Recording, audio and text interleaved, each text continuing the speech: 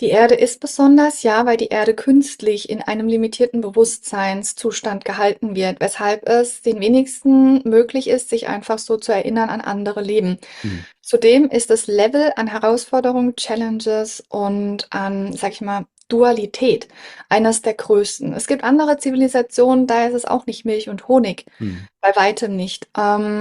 Und die Inkarnationen können dort durchaus auch eine Challenge sein. Es gibt Zivilisationen, die nicht mal das industrielle Zeitalter erreicht haben.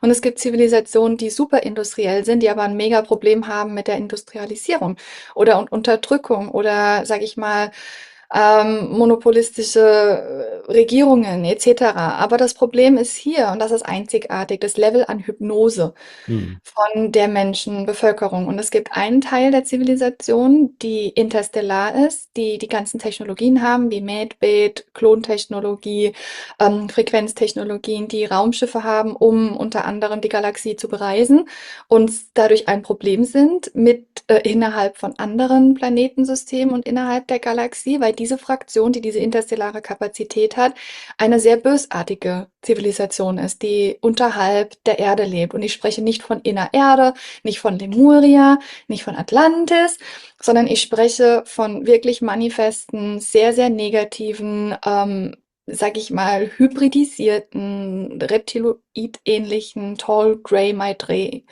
Menschenhybriden, die wirklich die Menschen an der Oberfläche kontrollieren bis ins kleinste Detail. Und wenn sie an der Oberfläche operieren, nutzen sie Klone, hm, und ihre Puppen, ihre Fake-Puppen, um die Bevölkerung in einem niederen hm, Frequenzstatus zu halten, plus die Technologien, Frequenzwaffen, die sie anwenden, um die Menschen in einer gewissen Art und Weise zu reduzieren und zu limitieren. Und das alles ist sehr, sehr einzigartig. Und die andere Zivilisation, das sind wir, also du, ich und alle, die zuhören, die auf YouTube sind, die nicht interstellar sind und die im industriellen Entwicklungsstatus sind, aber die schon interstellare Kapazität hatten. Die hm, Menschen an der Oberfläche waren interstellar. Die Menschen an der Oberfläche hatten Hochkulturen gehabt und wurden jedes Mal zerstört von der Fraktion, die unterhalb der Erde lebt, die sich zur Aufgabe gemacht hat, die Menschen zu unterdrücken. Und es sind ganz, ganz tiefe Rabbit Holes, wo wir hier reingehen könnten, wo ich aber versuche nicht zu tun, da die Frequenz sonst zu niedrig wird. hm, Letzten Endes ist aber genau dieser Zustand dieser zwei Zivilisationen, die eine, die die andere dominiert und die andere, die sich dominieren lässt, der anderen durch die anderen, sehr, sehr einzigartig, was die Erde zu so einer Art Schule macht, hm, einem Ort macht von extremster Dualität, hm, plus das limitierte Bewusstsein, wo man hineininkarniert mit nahezu keiner Erinnerung, wer man sonst so war, kaum Erinnerung hat an andere Leben. Hier entsteht durch die ganze Challenge, durch die ganze Herausforderung und dieses Level an Dualität und Hypnose eine Art Wachstumskatalysator für die Seelen. Weshalb, auch wenn uns das so vorkommt, als wären 80 bis 100 Jahre, die wir hier leben, eine riesige Inkarnation voll von Leid, kann eine Inkarnation auf der Erde reichen, um hunderte Inkarnationen in uns als die Seelen, die wir sind, zu heilen, zu korrigieren und, sage ich mal, in Wachstum zu bringen. hm, Weshalb immer wieder Seelen inkarnieren auf der Erde, um hier das zu erfahren, was wir hier leben, weil sie daraus lernen und Wachstum bekommen, was sie in anderen Inkarnationen, die teilweise länger dauern, nicht schaffen würden. hm, Und so sind diese Inkarnationen auf der Erde eine der extremsten und das macht es sehr, sehr attraktiv und besonders immer in Zeiten kurz vor Resets oder während einem Reset. Dort inkarnieren sehr, sehr viele Seelen hinein. Und das ist das, was wir jetzt haben. Wir befinden uns mitten in einem Reset. hm, Und es gibt diese Agenda 2030. Ähm, diese Agenda ist der Reset. Bis zu hm, diesem Datum soll alles, was davor existiert hat, nicht mehr da sein. hm, Und wir sehen das alles entfalten jetzt gerade in diesem Moment. Und die Seelen wollen das erfahren, sonst wären sie nicht hier. hm, Und weil hier so viel Wachstum passiert. Und ich sage nicht, dass es gut ist. Und ich sage aber auch nicht, dass es schlecht ist, weil ich sehe jeden Einzelnen als souverän an, hier zu individuell das Beste draus zu machen. Und Ja, es gibt sehr, sehr viel Leid und ich fühle sehr, sehr viel von dem den ganzen Tag und immer wieder. Und deswegen bin ich so motiviert, aufzuklären und zu helfen und mache diese ganzen Sachen, die ich alle mache, den ganzen Tag. Hm. Nur letzten Endes ist es so, wenn ich meine Augen öffne in einer Situation, in der ich mich befinde und die Situation erlebe, die ich erlebe, dann weil ich es wähle, vielleicht das menschliche Bewusstsein nicht, aber die Seele. Hm. Weil in dem Moment, wenn eine Seele fertig hat mit einer Sache, beginnt diese Sache nicht oder hört die Sache auf zu existieren und die Sache beginnt sich zu verändern. Und solange das nicht der Fall ist, ist alles gut in aller Kreation. Und das ist auch eines der Sätze, die ich immer wieder sage und für die ich auch bekannt geworden bin. Alles ist gut in aller Kreation, alles ist gut in deiner Kreation. Hm. Und wir sind souverän und ich finde, das ist so ein Moment, an Souveränität und innere Stärke zu entwickeln und Verantwortung zu übernehmen für das, was man erschafft. Und dann kann man beginnen zu leiten und zum Alchemisten seiner Realität zu werden. Und dann beginne ich sogar auch in andere Versionen der Erde zu gehen, weil was erscheint wie eine Erde, die wir uns Hm. teilen, eine fixe Version, existiert nicht. Das ist die größte Simulation, die wir erleben, weil du, Martin, befindest dich auf deiner ganz, ganz, ganz, ganz eigenen Version der Erde und ich mich auf meiner. Und jeder, dem wir begegnen, befindet sich auf einer anderen Version der Erde, wie so verschiedene Punkte.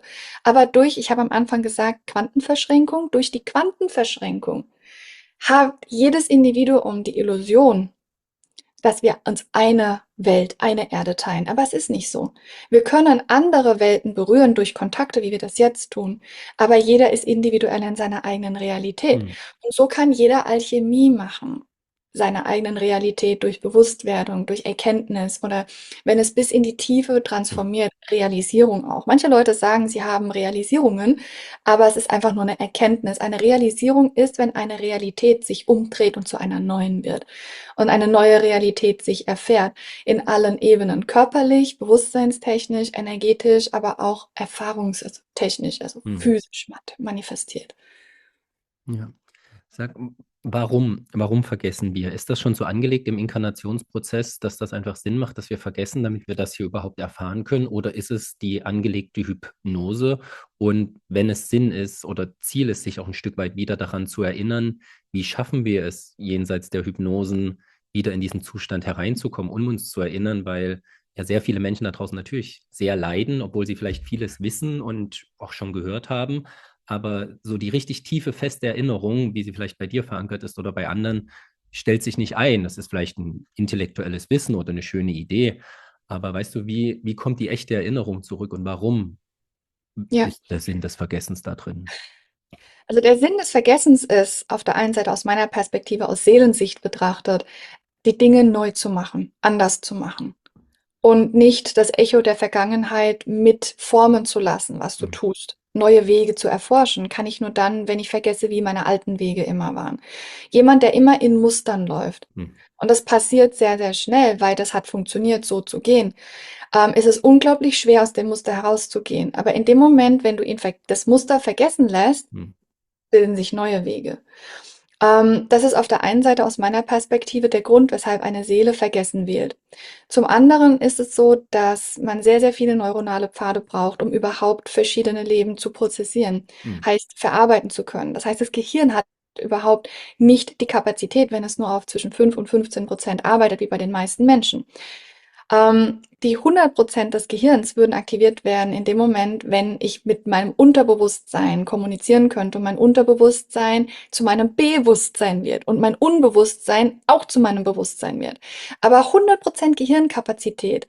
In dem Moment, wenn das funktionieren würde, wäre eine Inkarnation nicht mehr möglich. Das heißt, selbst außerhalb der Erde kann man sich nicht an alles erinnern. Hm. Aber man kann sich an mehr Leben erinnern. In der Regel mindestens 2 bis hin zu 15, 20, 30 Leben. Aber niemals an alle Leben. Hm. Aber es gibt Wesen, wie ich eines geworden bin nach meiner Nahtoderfahrung, dass Hm. ich einen Zugang aufgebaut habe zu meiner Seelenchronik und über diesen Zugang an allerlei mögliche Informationen komme, wenn ich sie brauche und wenn es nötig ist. Und diese Informationen auch teilweise durch mich hindurch sich in die Realität manifestieren. Aber das ist nicht einzigartig, das Letzte, was ich gesagt habe, weil das passiert in jeder Inkarnation, dass andere Inkarnationen sich reflektieren in diese Inkarnation hinein. Hm. Und das ist die Brücke, die du hören wolltest. Ich muss mir bewusst sein, dass dieser Mensch eine Co-Kreation ist aus anderen Leben. Und in dem Moment, wenn ich mir bewusst bin, dass viele Leben diese Erfahrung hier co-kreieren, ob ich mich daran bewusst erinnere oder nicht, bekomme ich Zugänge zu meinen anderen Leben. Zum einen, vielleicht erinnere ich mich nicht von Geburt bis Tod, aber Situationen, die ähnlich sind, kommen in Erinnerung in einem anderen Setup aus einer anderen Inkarnation. Hm. Das ist also möglich. Der nächste Punkt ist, es ist künstlich hier hergestellt, dieses Vergessen, weil die dritte Dimension oder vierte Dimension ist eine künstlich erhaltener Bewusstseinsraum, ein Bewusstseinsspektrum. Kein Ort, aber ein Bewusstseinsspektrum. Und dieses künstlich niedrige Bewusstsein macht, dass ich einfach das, was ich in höheren Bewusstseinsspektren bin, einfach nicht mitnehmen kann. Weil, wenn mein höheres Bewusstsein hier ist, aber ich mich hier befinde, kann ich nicht sehen, was darunter ist. Hm. Ich muss also erst mein Bewusstsein und meine Frequenz erhöhen bis hier, um zu sehen, was ich hier sehe. Aber wenn ich hier bin, sehe ich mich dort unten. Aber wenn ich hier unten bin, kann ich nicht verstehen, was das da oben sieht. Ich kann mal nach oben gucken und sagen, ah, da oben existiere ich noch, aber ich kann niemals die Perspektive haben, wie ich sie hier habe. Hm. Und der einzige Weg ist, die Frequenz zu erhöhen. Die Frequenz erhöhe ich durch meine neuen Taten, indem ich anders handle, indem ich lichtvoller handle, positiv handle, indem ich mitfühlend handle, indem ich mich nicht verhalte wie ein Arschloch, in denen ich nicht andere Leute dominiere, indem ich andere Leute nicht belüge, indem ich keine Power Games mache. Wenn ich mich hinstelle Hm. und zum Beispiel andere Leute zerstören oder kaputt machen will oder eifersüchtig bin oder Hass empfinde, dann werde ich mich immer da unten befinden. Ich kann nach oben gucken und andere Leute imitieren, die ein hohes Bewusstsein haben, Hm. aber meine Taten halten mich frequenztechnisch am Boden und halten mich kompatibel zum Beispiel mit allerlei niedrigen Astralwesen. Und dann ist man, sag ich mal, eher einer der Kingus, der reptiloiden Werkzeuge. Hm. Ich kann aber, wenn ich mich erhöhe in der Frequenz und wirklich dann auch hochfrequent handle, wenn ich beginne zu handeln wie jemand, der Liebe hat, wenn ich beginne zu handeln wie jemand, der Mitgefühl hat, der liebt, der Hoffnung schenkt, der einfach holistisch denkt. In dem Moment komme ich mir höher und ich bekomme andere Perspektiven. Ich beginne eine höhere Perspektive zu verkörpern. Und dann kommt auch die Erinnerung Stück für Stück langsam zurück an die anderen Hm. Perspektiven, die existieren, die addieren sich dazu an das. Und es ist auch wichtig, finde ich, jetzt gerade zu diesem Zeitpunkt, es ist so viel Wissen draußen. Ich habe auch so unendlich viel Wissen schon geteilt über Multidimensionalität, über ETs, dass viele Leute angefangen haben, das zu, ich sag mal, imitieren Hm. und angefangen haben, das zu sagen, wie ich es sage und zu reden, wie ich rede. Aber letzten Endes die Taten Hm. und das, was sonst gemacht wird, was sonst gesagt wird, wofür es angewandt wird, das sagt dann mehr aus über die eigentliche Position. Wenn ich zum Beispiel spreche über hohes Bewusstsein und Positivität, aber dann im nächsten Moment handle wie jemand, der gegen andere Leute agiert. Ja. In diesem Hm. Moment bin ich genau dort, aber nie da. Dann ist das ein Mimiken, was stattfindet. Und das beobachte ich leider immer wieder, dass Leute sehr, sehr spirituell reden können, aber zwischen den Zeilen die Energie und die Frequenz einfach genau sagt, wo sie eigentlich sind. Und Hm. wenn man mehr Zeit verbringen würde mit den Leuten, sieht man, wo sie sich eigentlich befinden, weil dann ein Gegeneinander ist und nicht ein wirklich holistisches Denken, was mit einem hohen Bewusstsein einhergeht. Hm. Zum Beispiel ein sehr, sehr hohes Bewusstsein, was mehr in, sage ich mal, Bewusstsein eines Lichtwesens ist. Ein Lichtwesen oder ein sehr, sehr hochfrequentes Wesen ist in dieser Position zum Beispiel. Auch wenn es von der Bewusstseinsposition, sagen wir es mal so. Und dieses Wesen integriert, wenn es nach unten guckt, alles andere, weil dieses Wesen weiß, ich komme von da und von da und von da und von da und von da und von da und von da, wo meine Hand nicht mal gesehen wird von der Kamera. Aber dieses Wesen weiß, woher es kommt und erkennt sich in der Dunkelheit der dritten Dimension. Und dieses Wesen wählt aber bewusst permanent mit all dem Wissen, was hier passiert ist, sich in dieser Perspektive zu erhalten. Das heißt, dieses Wesen kann wütend sein, es kann sauer sein, es kann schimpfen, es kann verurteilen, aber entscheidet sich, es nicht zu tun. Das heißt, diese hohe Perspektive integriert immer ein Und. Hm. Heißt, ich finde das scheiße, aber ich sehe, warum du es tust. Hm. Und ein niedriges Bewusstsein bleibt bei der Verurteilung, aber kann niemals nach oben gehen und sagen, ich halte beides, Hm. weil das Bewusstsein es einfach nicht halten kann, weil das Bewusstsein viel zu stark in Dualität ist. Hm. Und wenn ich mich dort befinde, kann ich nur Illusionen nachjagen und glauben, ich erinnere mich an alle möglichen Dinge, aber die Erinnerung lebt sich nicht. Hm. Und es geht immer wieder verloren in dem Tun. Weshalb ich auch sehr, sehr, sehr, sehr viel immer wieder sage, verkörpern, verkörpern, verkörpern. Ähm, Sei die Veränderung, lebe ein hohes Bewusstsein, lebe die Liebe, sei das Licht, sei die Hoffnung, beginne zu sein, was du sein möchtest und nicht nur schön zu sprechen, sondern Hm. wirklich zu handeln. Und dann ändert sich auch wirklich die Realität.